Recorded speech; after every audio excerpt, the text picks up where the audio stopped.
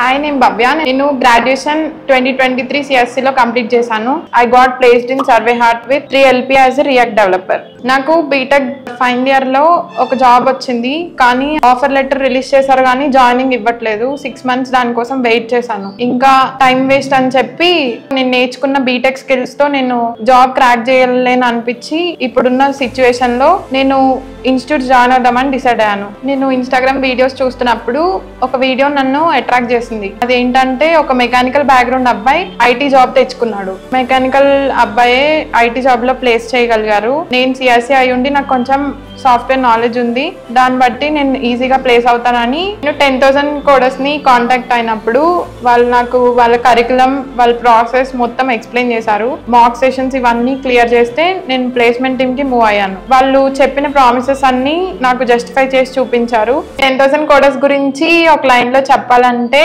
ఒక స్టూడెంట్ తన hard work, తన 100% ఎఫర్ట్స్ ఇచ్చి కన్సిస్టెన్సీ మెయింటైన్ చేస్తే వాళ్ళు మనకి బెటర్ ఆపర్చునిటీస్ ప్రొవైడ్ చేసి మనకి ఇంకా బెటర్ సపోర్ట్ ఇవ్వడానికే చూస్తారు.